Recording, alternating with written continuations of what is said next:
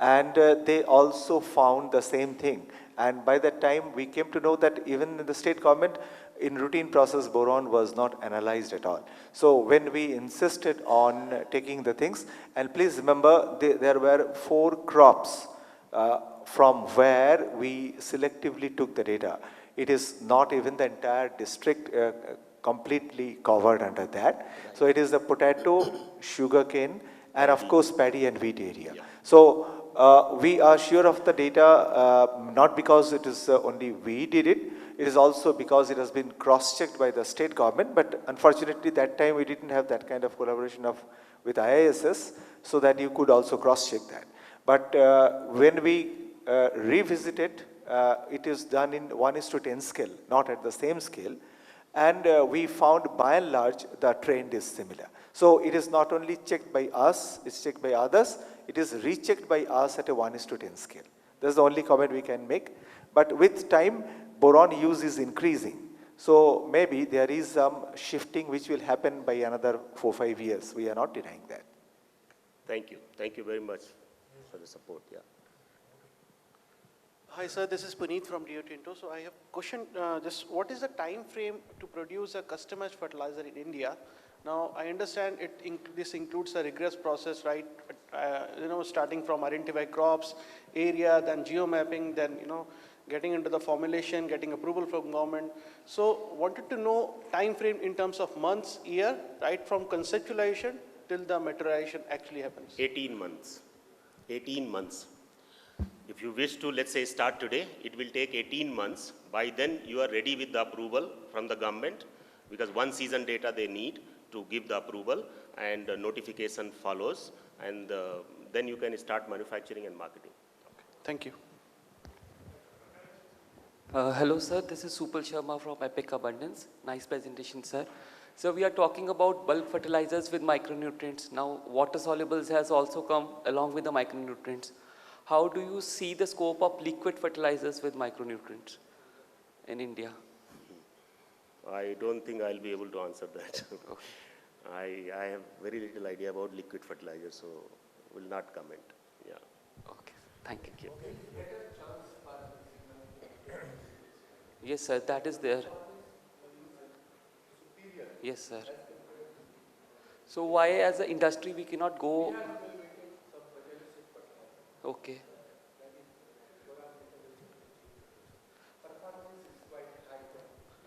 So when we can expect, like in FCO approvals and everything, like we can? Yeah.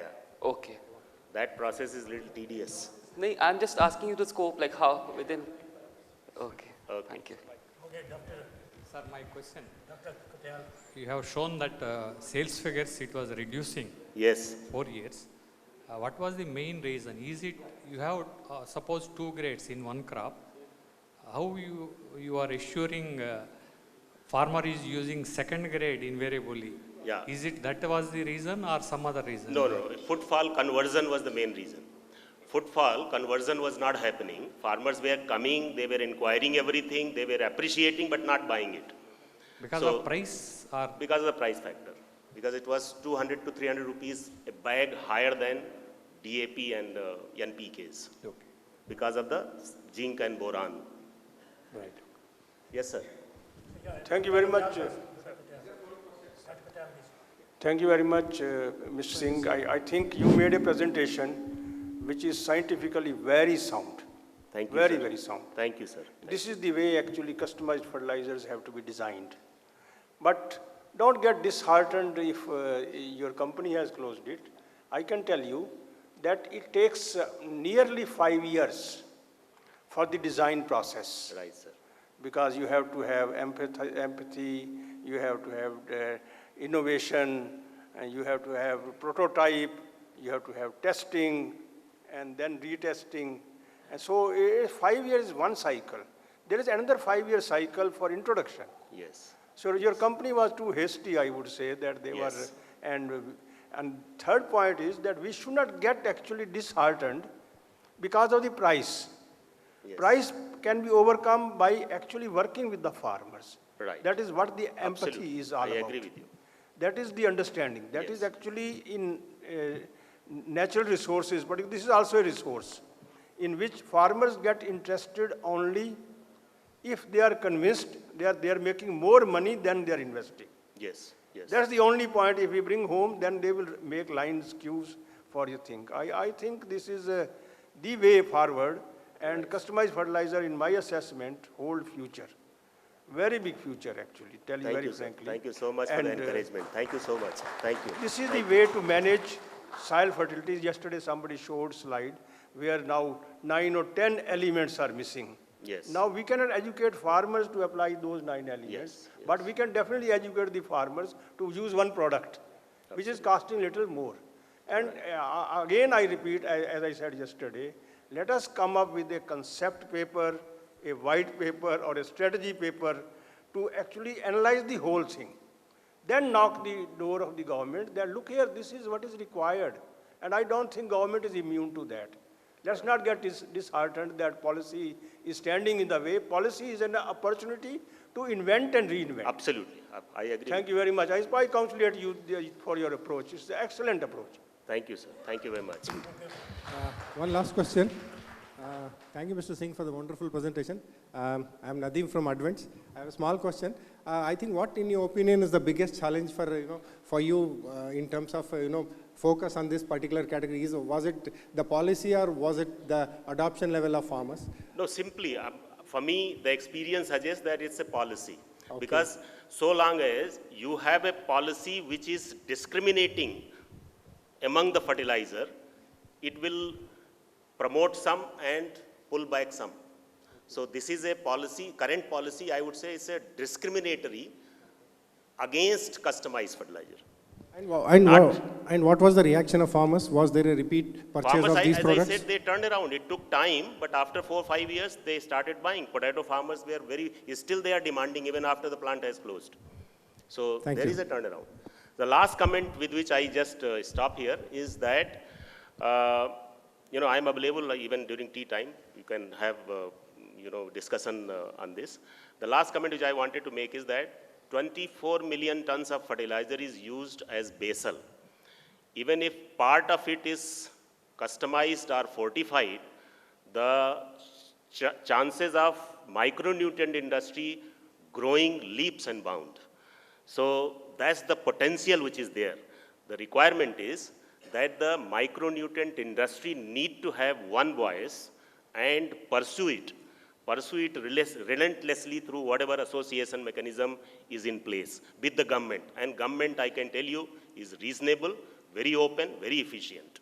Thank you very much. Thank you, Baby Singh. Now I invite Dr. Dale Addington for his presentation.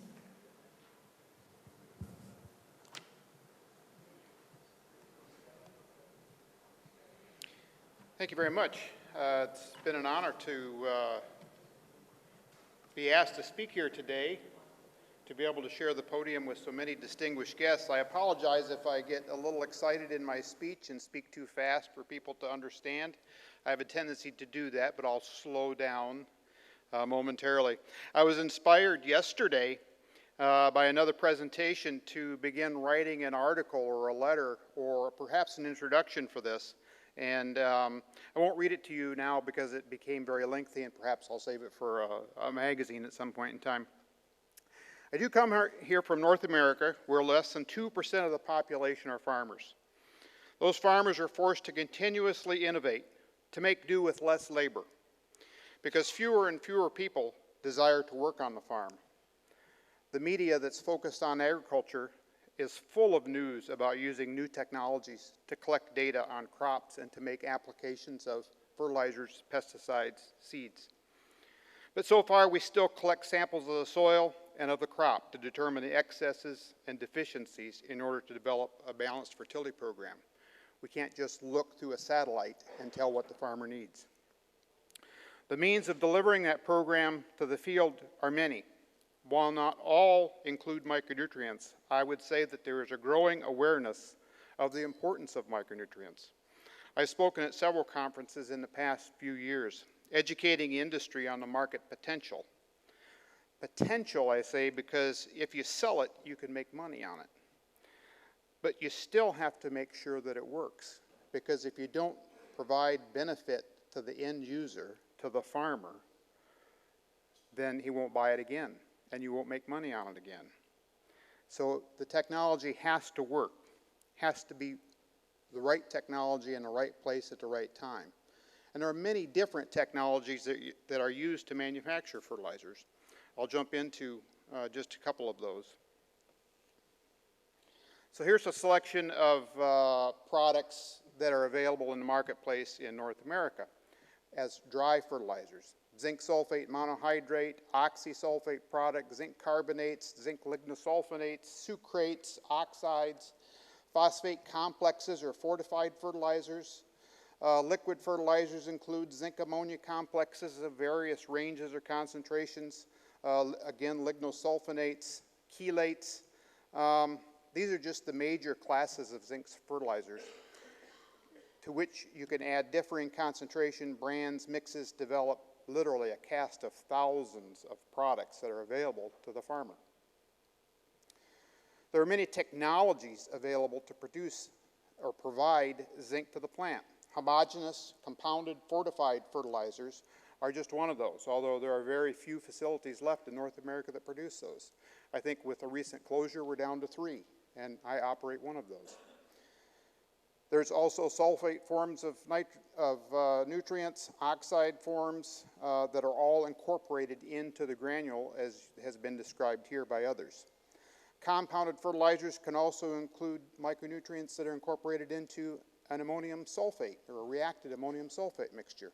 Some of these can be direct applied to the crop. Many are blended with other fertilizers. And as the previous speaker talked about, blending is important to have, to reduce or eliminate segregation in those blends. And what we strive to do is to have products that are all the exact same size, so that there is little or no segregation in the blending. There are other methods of granulation. Compaction, materials are bound together under extreme pressure and then cracked and screened. Potash is the most common product that we utilize in North America, and there's one company that's began to incorporate boron into the potash granule. Pelletization or agglomeration, where a binding agent is added to the powder in order to cause agglomeration. There are several companies that are providing that type of technology. Neither of the latter change the chemical composition of the ingredients. Only the physical characteristics are affected. They do offer the opportunity to utilize different binding agents, some of which may enhance the uptake and utilization of the nutrient for the crop. Sugars are used to create sucrated micronutrients. Lignans are used to create lignosulfonates, and in some markets they find great advantage to those products. Chelates and humates can also be added to the mixture without adversely affecting the other elements in the mix. Compounded fertilizers are usually associated with fortification of NPK, but they can also include micronutrient mixes as well. Products that contain several different elements, zinc, manganese, boron, copper, iron, that are then compounded into a single granule that can be blended with nitrogen, phosphorus, potassium. Blending takes many forms. Granular micronutrients manufactured to the same size and shape as the NPKs are selected, thoroughly mixed. You have to ensure that there's no segregation of those products in the mixing and packaging and delivery to the field or to the farmer. Powders have been added to NPKs as well and be carried by the force of static cling. They literally bind themselves to the outside of the granule. And one company has, or a couple of different companies have dust control agents that can then be applied to ensure that those powders remain on the outside of the granular fertilizer. Coating agents can be added to the products to encapsulate the powder in a polymer shell. This can work to provide for controlled release characteristics to the fertilizer, and it's typically completed in a manufacturing facility that's specially designed for that. Liquid micronutrients can be applied to the dry fertilizer so that they can be impregnated into the fertilizer. We've done that with pesticides for years. Now some companies are doing that with chelated micronutrients in order to deliver those to the field in the form of a dry fertilizer mix. Liquid micronutrients are easily mixed with liquid NPKs, and there's a growing market for that in North America. As the farm equipment grows larger and larger, farmers don't handle large volumes of dry bulk fertilizer. They'd rather hook up a hose and pump the liquid fertilizer into their piece of application equipment. Many different liquid products are on the market. Sulfates, chlorides, chelates, not all of them are created equal. Chelation. This definition I pulled off the internet for updating this presentation. I have a chart that shows some of the chelates that we have seen represented in the marketplace. There's literally over 4,000 different chelates that could be presented. There's probably a dozen that are actively used. We've run into some markets in Southeast Asia where some of the chelations that are, or chelates that are offered are questionable in their viability, but that doesn't mean they're not a chelate.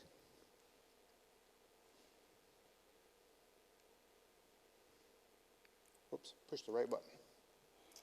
So, what predicts a beneficial response to an application of zinc or any other micronutrient? There's no definite guide for determining efficacy.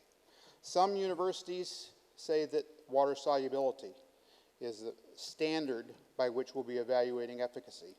It's assumed that the higher the water solubility, the greater the bioavailability to the crop. That research showed that as long as products, zinc products specifically, were greater than 35% water soluble, they were considered good enough, statistically significant in providing response to the crop. Some additional research a few years later, conducted at the university level, standardized on 50% water solubility as being that level by which a product should achieve or exceed in order to be considered efficacious. So again, what predicts a beneficial response? The research just mentioned was conducted in a moderate climate, loam-type soils, where the soil pH was in a range of 6.5 to 7.5, where maize was used as the indicator crop. The results may provide the perfect indicator of what will be effective, and it may not provide the perfect indicator of what will be effective. It does provide us some food for thought. If water-soluble fertilizers are the best, then how can 0% water-soluble products be efficient or efficacious?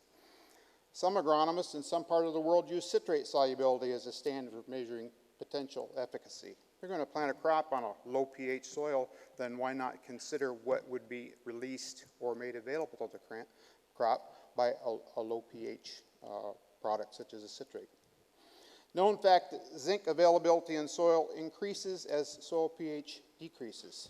The optimum range is maybe 6 to 7. If a fertilizer can be delivered that is slightly acidic relative to the surrounding soil, then the zinc can be made more readily available. There are products in the marketplace that are fortified fertilizers that focus on creating an acidic band around the fertilizer granule in order to make the zinc more bioavailable. And if the zinc is finely divided, then the acidic nature of the fertilizer will make it more readily available. You can't just put a granule of zinc metal into the soil and expect it to be taken up by the crop. Insoluble zinc is also exposed to organic acids that are a result of decomposition of organic matter. In some situations, we can add those organic acids to the matrix in order to enhance uptake and availability. And there are companies in our market that present products with a humic acid base. The zinc is exposed to organic acids that are exuded by the plant roots, and much work is being done on biostimulants that could be added to the fertilizer. I was at a recent conference where a presenter identified that there were roughly 2,000 different products in the pipeline that could be applied to the soil in order to make nutrients more available. We don't know which ones will work and which ones won't. We'll have to sort that out in the future. The key to efficacy is to have the material available when the plant needs it. How long of a period is that? The Crop Physiology Laboratory, University of Illinois, in my part of the world, says season-long supply of phosphorus, sulfur, zinc, and copper is imperative in order to maximize yields of corn or maize. If zinc and other micronutrients need to be available in the soil, they also need to be protected from the soil, from fixation or immobilization. Can the micronutrient be protected from the soil? Then it will be held available in the form for a longer period of time. Methods of protecting the micronutrient include saturating the soil with it. We could apply more than the crop will remove so that there's more than enough available. That gets to be very expensive with a product like zinc or copper. Chelation provides that chemical interference from fixation. Granulation, so loosely bonded material, forms a saturated ring around the fertilizer granule. Roots will find that ring and then feed from that. Encapsulation, such as the polymer coatings. Another method of protecting the nutrient is to do a foliar application. The problem is it's difficult to get enough nutrient into the crop unless you're going to make repeated applications. Farmers generally like to reduce the number of trips across the field because a trip means time and a time means labor and a labor means expense. There's really no perfect solution to making sure that all of the micronutrients are available to the crop all the time. A multi-step approach is the best, and that's what we typically use in North America. Sulfates that are soil applied will be washed away, then choosing a less soluble source or making repeat applications may help to improve the effectiveness. If oxides do not provide a readily available supply for short season crops, then a combination of oxide and sulfate may be efficacious. A combination of products and treatments, timing of applications will improve the efficiency. Ultimately, the 4R nutrient stewardship simplifies a decision tree to 4 statements: the right source, right rate, right time, and right place.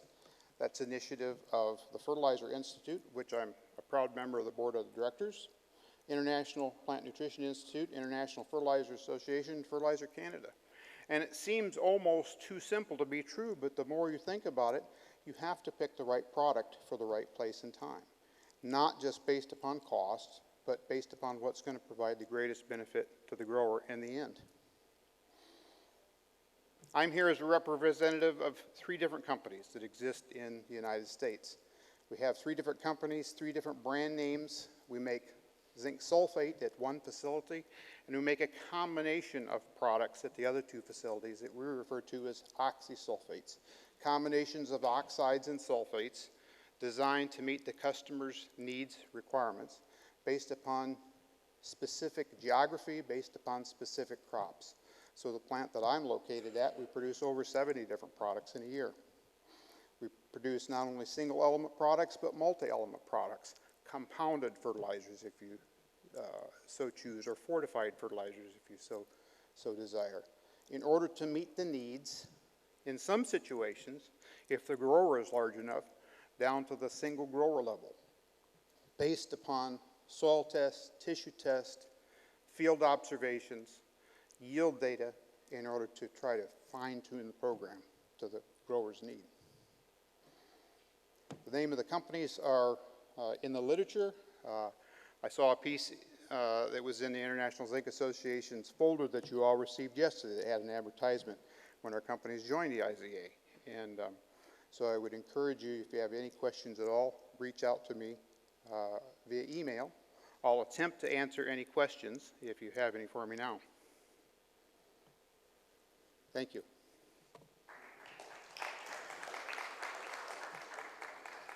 Dr. Dale for the excellent presentation. Now the paper is open for any question. Narsibandhu.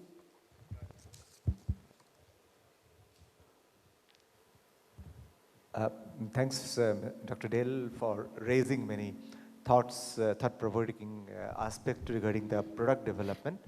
I just wanted to share, you touched upon the issue of solubility and the efficiency. You also touched upon the issue of how long we can keep it protected so that it remains in the soil solution. In this aspect, we came across in our earlier company and worked with a formulation called zinc polyphosphate, where it's not our own technology, it was a startup which we took up. where the polyphosphate chain was used for locking up the zinc into that with a magnesium bonding between the two bridges of phosphatic chains. And the basic purpose was to intentionally make it insoluble for soil application, provided it is near the rhizosphere, and taking use of the fact that the organic acids which are exuded during the metabolic activities, they gradually make the zinc soluble.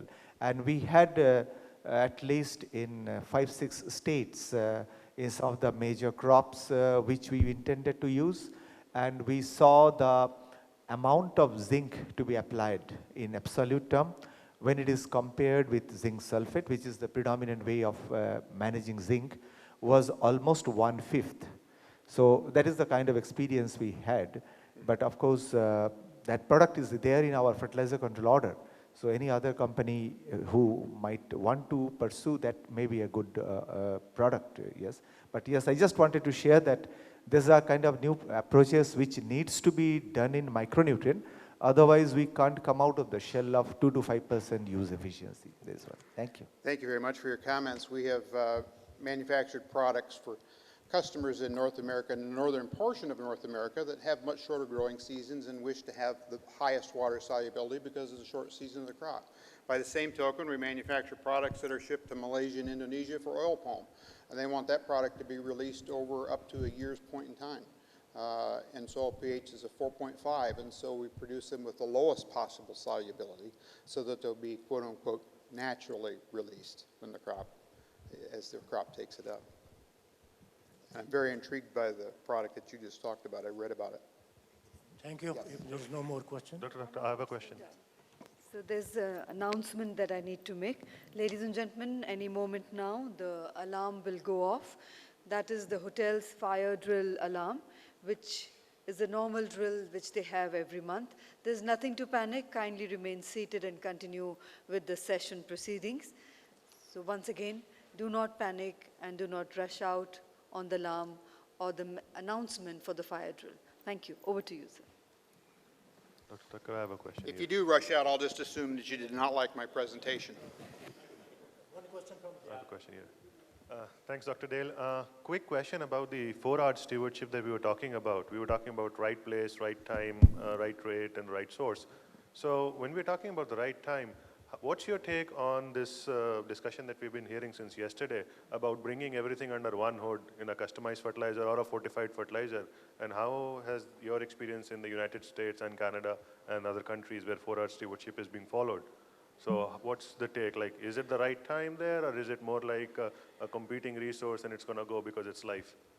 In most situations, the fertility program is customized to the individual grower by the distributors in the marketplace. So distributor develops a relationship with the grower, they've collected the soil samples, they've done the analysis, they've built the soil fertility program. The application of the right time then is up to grower standard practice. In some situations, fertilizers are applied in the fall, in some situations and then over winter in the soil, waiting for spring planting. In others, they're doing application at the time of planting. But in most situations, the program is customized to the farmer. 20 years ago, we began doing, spent the first 17 years of my career as an agronomist and in charge of selling fertilizers and pesticides and seeds and those related services to farmers. And 20 years ago, we began doing soil sampling on a grid and making applications with variable rate equipment so that we could change the rate of application up to 400 times in a hectare as we drove across the field. And that, I think I saw a recent statistic where up to 70% of the farmers in North America utilize that type of technology at this point in time. So it's customized down to the half meter or so in some situations. Does that help to answer your question?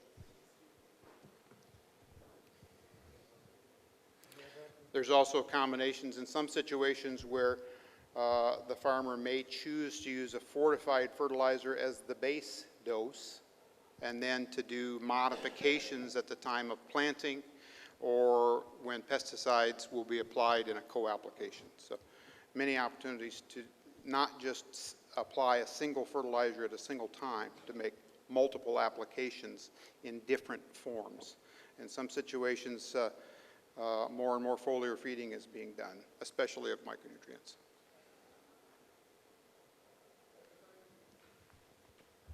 Dr. Katyal, please. Thank you, Mr. Chairman, and excellent presentation from product management point of view. I think in a country like India, where we are holding this seminar, where the small and marginal farmers who are in plenty, and they have limited means to invest in the products. So in their case, I suppose we need to emphasize also simultaneously the soil management, along with the product management, definitely, and crop management. These two things must be added so that the fertilizer, they have not invested too much in the fertilizer, but because the investment in the management is doesn't cost much. So that's, I suppose, much more important. That's my comment. You did not react, actually. But management is important, what I'm trying to say. I agree completely. Last fall, I was able to travel to Nicaragua to do some soil testing and teach a coffee farmer there how to collect the soil samples so that those could be taken to university and made their recommendation. Fourth generation coffee farmer, it's the first time they'd ever evaluated what the native soil properties were. And I got a report just on my way here that has the best looking crop in 10 years based upon the provision of a balanced fertility program, but it had to be appropriate, had to be available in the marketplace, and had to be simple for him to apply, for him to be able to incorporate that into his current standard practice. And so it certainly needs to be the appropriate technology for what's available. Would never propose to take a smallholder and to ask him to make an investment of millions of rupees for a piece of equipment to do variable rate applications of fertilizer. Thank you very much. Thank you.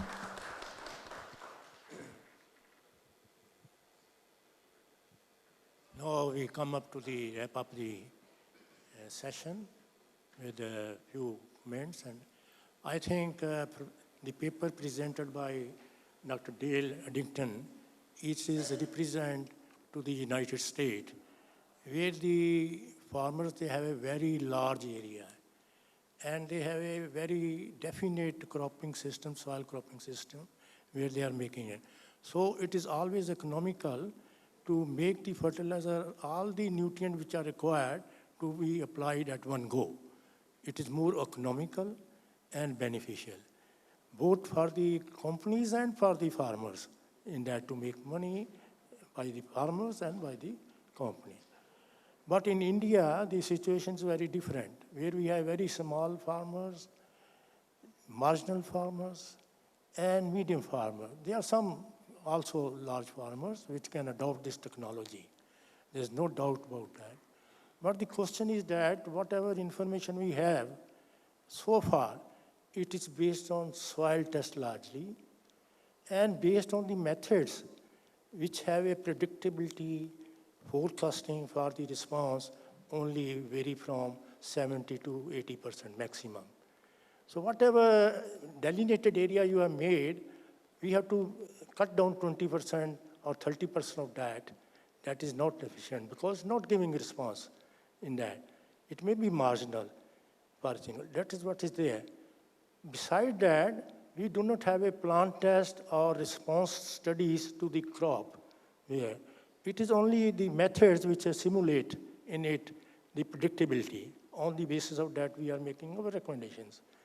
Along with that, we forget about the important inputs which the irrigation water is making here. In the whole belt of the alluvial plain, you have irrigation water, which is supplying the micronutrient boron. Boron is also present in the irrigation water. You may be declaring your area is sufficient, but when you actually plant the crop, some borons or sulfur, even the nitrogen is coming from the irrigation water.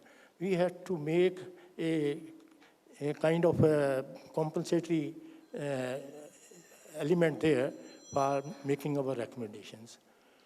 But if we go to the farmers, farmers make the application of the nitrogen, phosphorus fertilizers based on the soil type. And it varies. The recommendation rates vary with the soil, depending on the magnitude of the deficiency and the nature of the crop. And with that, if we apply the micronutrients in one go, it has to be applied only that element which is needed in that area. As pointed by Valedictory, that the farmers there, they themselves evaluate what is suitable for their area. But here the small farmer, marginal farmers, they cannot do. Here the role comes of the fertilizer industry if they want to promote the multi-micronutrient products. The product has to be made site-specific nutrient management. Customize your customer is a farmer, is a small marginal farmer. You have to make the customize that grade for that farmer. It will be a great success. Otherwise, he will prefer to apply a single micronutrient which is deficient in the area.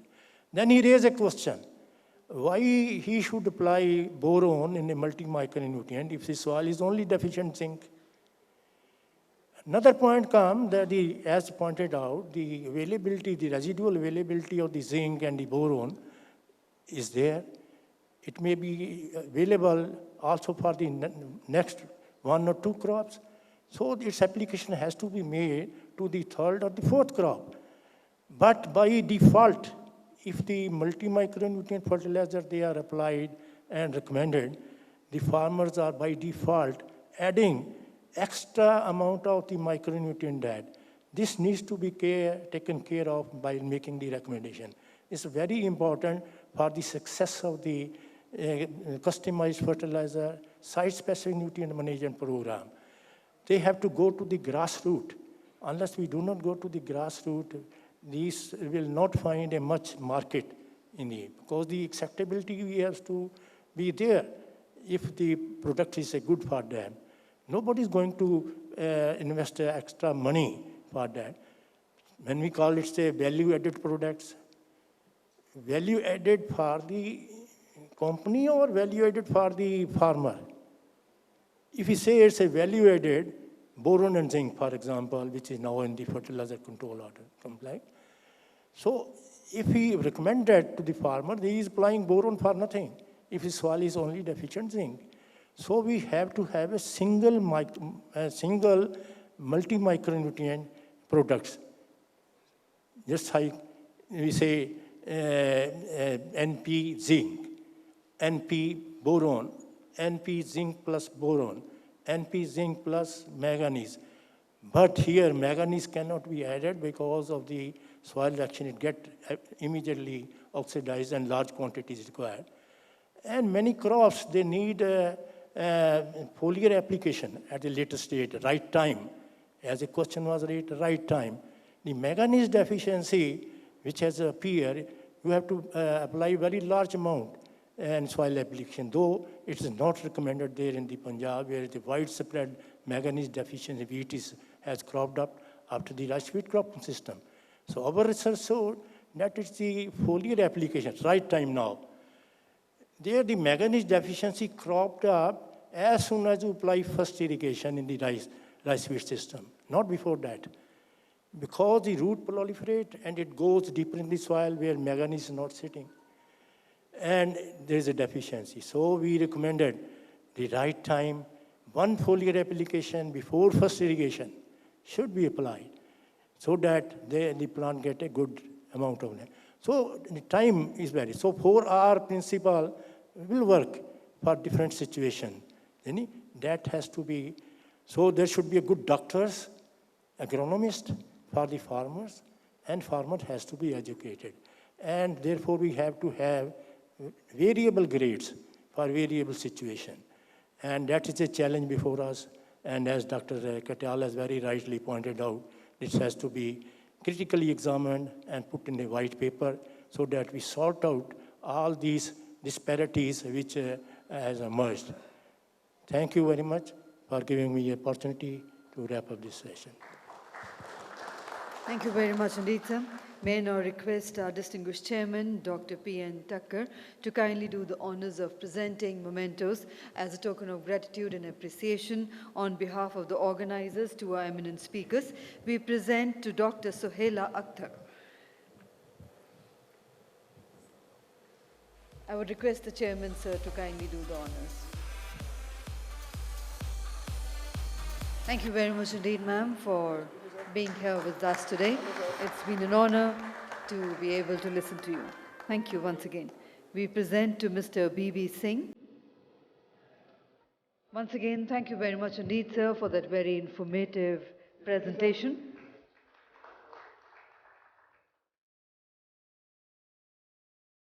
To Mr. Dale Eddington. Thank you once again, sir, for that wonderful presentation we had from you. And thank you, Dr. Thakkar, for doing the honors. May I request the panel for a group photograph? Thank you. And with that, ladies and gentlemen, we break for tea. The tea break is of 20 minutes only. We will like to commence the next session at 11:30, as we have a very important session, the valedictory session coming up, which will be graced by the Honorable Minister of State.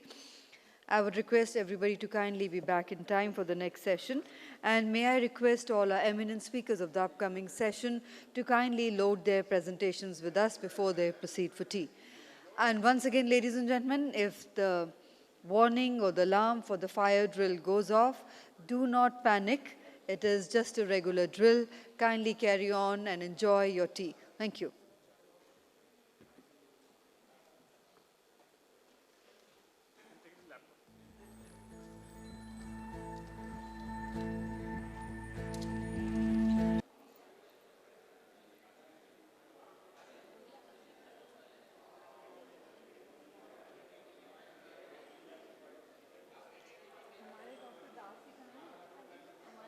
The next session, may I once again request everybody to be seated, please. And I have the proud privilege in inviting our distinguished chairman for this session. It's session 5 and a panel discussion session. And I invite Dr. Rahul Mirchandani, Chairman and Managing Director, Aries Agro Limited, Mumbai, onto the desk. A very warm welcome to you, sir. Dr. Rahul Mirchandani, Chairman and Managing Director, Aries Agro Limited, has 23 years of experience as Director of Aries Agro Limited, ranked amongst the 30 most innovative CEOs in India in the year 2014. He has pioneered several unique marketing processes and brand management tactics at Aries.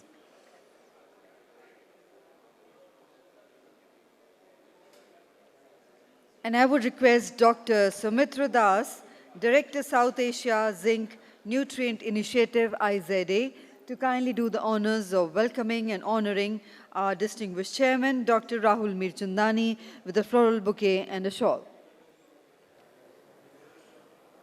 Thank you very much indeed, sir, for gracing this occasion. And ladies and gentlemen, I also invite our other eminent panelists, Mr. V.R. Rajesh, Head Sales, North India Cropin, Mr. R.S. Rajan, Managing Director, Privi Life Sciences, Dr. Namita Singh, Lead Asia Program, Digital Green New Delhi, and Mr. Mahesh T. Shetty, President IMMA, to kindly join us on the stage, please. So ladies and gentlemen, this is a panel discussion session, and the topic is innovations in agriculture by startups and how micronutrients will impact the future. And the time duration for this session is only 1 hour, which includes the opening and closing remarks by the distinguished chairman of this session, and about 5 to 7 minutes by each of our eminent panelists for their addresses or presentations, so that we have some time left for the floor interaction. And we need to conclude this session in time, as we have a very important valedictory session followed by this session, which is graced by the Honorable Minister of State.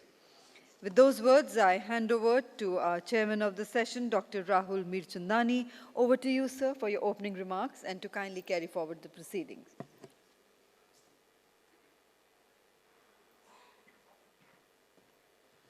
Good morning, everyone. It's a pleasure to be here and chair this panel. Getting the invitation from the Global Micronutrient Summit was, in fact, a pleasure for most of us, simply because the fact that micronutrients have become so important that there are global summits that are now taking place, and more importantly, the fact that India has such a major focus on this area. While we're talking about the session is very unique. The uniqueness of the session comes from the fact that we have a panelist which is equally split between products and technology. So we have two companies here represented here who will talk about the products and innovative products that have been created in the micronutrient space. And we have two startups who are talking about how technology has helped in actually enabling access to these products, information, and delivery on the last mile of these products to the various parts of the country. The micronutrient industry in India, of course, was pioneered in the 1960s. We've had a tremendously long and very exciting journey. Millions of farmers today have embraced technologies which are in some parts of the world new, but very, very commonplace in many parts of the country. Awareness have actually grown. I think the farmers blow your mind in terms of the way they adopt technologies once you show them a demonstration and a trial. And I think most of us believe that the language of money convinces a farmer way beyond the language of science. And many of us, as our own companies, have actually taken the language of commerce, explained to the cost-benefit ratios, explained how farmers can actually increase their nutrition awareness, increase yields and productivity and quality, and more important, the money that they earn simply by balancing their nutrition using micronutrients. And this is a fantastic way that we have managed to get farmers into our fold year after year in order to embrace such technologies. The selling of these technologies also requires very innovative methods. The micronutrients are by no means commodities. Around the world, perhaps in Europe, they have become commoditized. But in India, it also requires tremendous amount of field work, market development activities which are required to sell specialties, and more importantly, the convincing of farmers using very, very trustworthy methods of demand creation. And that's also something that many of our companies have excelled at. The selling of these micronutrients requires a different DNA. The DNA of selling micronutrients in India requires the DNA of specialties. It requires the DNA of customization. And it also requires the DNA of enabling proper access of the product at the right time. And hence, many of our companies not only innovate, but also need technology solutions. They need startups. They need people who will actually deliver this information in the most effective way to the farmers at the right point. The environment has also changed with enabling information access using the telecommunication technologies across India. The access of smartphones to almost many farming communities have enabled delivery of information to the last mile, which many of us till 5 years ago struggled with in a very large way. And therefore, the startups have actually helped us in delivering information way faster. And therefore, we believe that we are at the threshold of a tremendous boost in this sector simply because more information is available to the farmers at that appropriate time. Discussing this is going to be a very interesting panel. What we have is we have two panelists, like I said, who will discuss the technology piece, and they will make short 3-minute presentations. They have promised that they are going to just introduce their products, after which we have two other companies who will talk about the products that they make, which are significantly innovative, and how these companies can enable information delivery regarding these products to the farmers. So that's going to be the initial bit of our presentation. After which we are going to do like a television-style interview, with your permission, where we will try and give some, throw some questions to this panel and have some fun doing it for about 15 minutes. After which we will open it up for you guys to ask us questions and feel free to intervene at any point of time. The idea is to excite this audience about the future. The idea is to talk about stuff which is fantastically different, and also to have some fun doing it, like we all have when we put our products in the market and see the beaming of faces of farmers once they use it and get the benefits of our technologies. So let's start with the first presentation by Mr. Rajesh.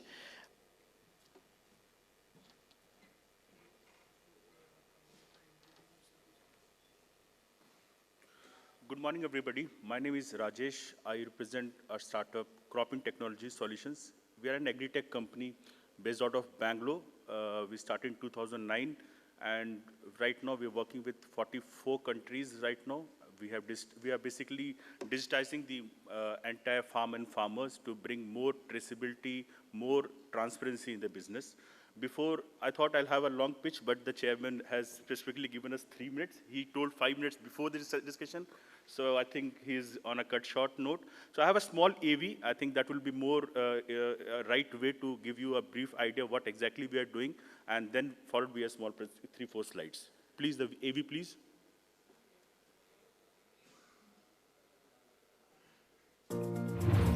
The world population is growing to upwards of 10 billion people by the middle of the century. This growth, combined with urbanization, will require agricultural production to double. To succeed, we need smart, sustainable solutions for food, feed, and fiber. So how do we build a smarter future? By maximizing per acre value. We at CropIn unlock the potential of big data for smarter business decisions, using the growth drivers that convert dirt to data wherever you go. We have built a smart solution for the entire agri-ecosystem through inclusion of all beneficiaries to data-driven farming. We're connecting the entire ecosystem through our platform and democratization of data for all stakeholders. Facilitate efficient operations, lower costs, and better visibility for your field agents through simplified data gathering and reporting. Ensure smarter decision-making and higher productivity, traceability, better predictability, and sustainability for your business with quantitative and qualitative insights. Maximize the agri-opportunities today without compromising the resources of tomorrow with tech tools that provide data-driven insights, maximizing per acre value. Our innovations are catalyzing agri-businesses to deliver higher performances year after year. Give your business the CropIn edge. Contact us today. Wow. That's how the marketing team helps you, the sales guys. They make up great presentations and AVs. So I hope you are able to get a basic sense like what we do, what are we from. Thank you very much. I'm not used to this. Thank you. So I have a small AV. I committed my chairman that I'll try to complete it by 3 minutes. I'll maybe try to get it as fast as possible. So this has been a journey of CropIn. We started in 2009, and we was a B2C startup at the earlier stages. But how we moved forward, we came into a B2B model. And right now, we work, as I mentioned, we work with 2.1 million farmers across the globe, across the world. And we have digitized more than 5.5 million acreage of land. This is what we learned to. I'll just touch upon the 5 modules which I've already shown in the presentation, in the AV. We have got Smart Farm. Smart Farm is basically a farm management solution. We try to digitize the farm and the farmers. We do the geotagging of the land to get exact data, how much of the land, the cultivable land we have with the farmers. And then we give the yield estimate to the farmer or to the agri-businesses, how the farm, after 6 months or 3 months or the 2 months, depending on the crop, the output or the yield would be. The second is the smart risk. We also, as I mentioned, deal with the satellites, artificial intelligence, machine learning. We get this information from the field, we run through the artificial intelligence and machine learning, and we give the exact data of what has been that, what type of crop it is growing, what will the yield, is there any pest infestation, and this data on a near to real-time basis to decision makers to take decisions on the right data-driven model. The third is the M-Warehouse. The M-Warehouse is basically an entire farm-to-fork traceability. We use the QR code traceability solution where right from the farm gate, right to the user, through the QR code, we give the entire traceability to the end user, like from which farm it was used, which farmer has it grown, and what type of nutrient, micronutrient you used, has he used any pesticides. All these informations we cover right from the farm to the fork through our M-Warehouse solution. The fourth is the smart sales. It's basically a CRM tool. So we work with a lot of input companies, seed, fertilizers. They need to manage their own sales channels. So we help them with the entire information and the solutions to cover up, to reach out to the right person at the right time. And then the Acre Square, basically this is an app which has been used directly by the farmers to get the information of the farm, all the advisories depending on the crop what they grow, based on this, what is the weather over there, according to the agroclimatic zone, what type of crop they should grow. This is the basic architecture, how we work across. As I mentioned, we have an app which has been, from where we capture the field information. We use these satellite images and weather information, run through this information through our machine learning and artificial intelligence, and reach out to the farmers and to the advisory companies to take decisions on right time. This is our mission statement, to make every farm traceable. That's how we started the journey, and we are targeting to go to cover as maximum possible. We can make every farm traceable through a geotagging. What are the problems we are trying to solve? The major problem what we are trying to solve is make available the better agriculture practices. In the first session today, it was rightly mentioned, not trying to cover up again, that we need to have macronutrients, we need to have right macronutrient at the right time. But how the right practices are reaching to the last farmer is a major challenge. The second is the challenges faced by the agripreneurs. So we'll try to cover up in the next slides. The solution is predictive and prescriptive intelligence for the agri ecosystem. How? We cover. So this is an integrated value chain. So we use ERP, the partners platform, AI, BI, and data, and reach out to the farmers through the weather services, input companies, banks, traders, and we try to create a whole ecosystem in a single platform where all the ecosystem players can come up, have their information at the right time, right from the farmers to the user. This is Smart Farm app which we use. We do the farmer registration, crop registration. So I'm not going in detail about that, but this is basically a dashboard, how it looks across. So this is the geotag land. We cover what type of crop he is growing, what variety of crop is growing, and what will be the acreage of land, and what will be the yield forecast. The major important part which we also cover here is basically what type of micronutrient he has to use. There has been a lot of use cases in our experience both with the government and with the enterprise businesses, that there has been a lot of abusive use of micronutrients or the fertilizers. We give them, according to the crop type, crop stage, what type of insecticide or input they have to use, and what quantity and by what date, capturing the date of sowing of the plant. I'll skip to this. So this is the whole architecture, the big data which we work across. As I mentioned, we capture the satellite imageries, we capture the weather data, we capture the data from the field, and we run through the crop model and the crop advisories, and we give the right advisory, what type of seed they should use, what type of irrigation pattern they should use, and so that the productivity of the farmer or the agri-businesses increases. So this is the basic predictive and prescriptive advisory for every single farmer. Right time for sowing based on the weather, smart irrigation scheduling, right input usage and the fertigation, and pest and disease prediction and advisories, and harvest scheduling.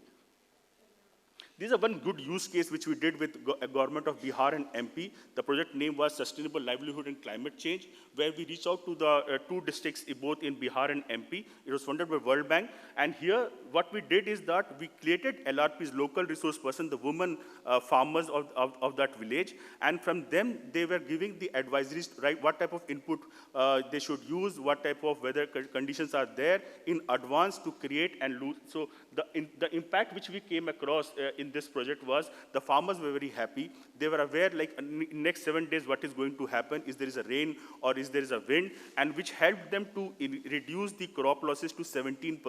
This was 2.5 years of engagement with the farmers. This is our team, which is I'll just skip to them. So what basically are the cropping differentiators? So we understand what type of crop, what are the product we have. We customize the product as per the customer's requirement, and we reach out to the people as we can at the right time.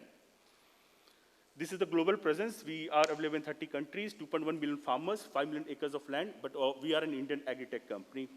So why now? Cropping advisories through its periodic package of practices, alerts provides farmers to reduce the losses in a big manner. They also get better agricultural practices across the globe. Whatever the good practices are there, we bring them all along. We give them to the right farmers as per their in the crop.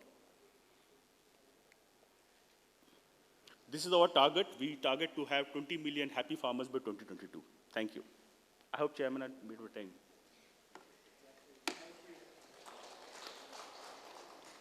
Much.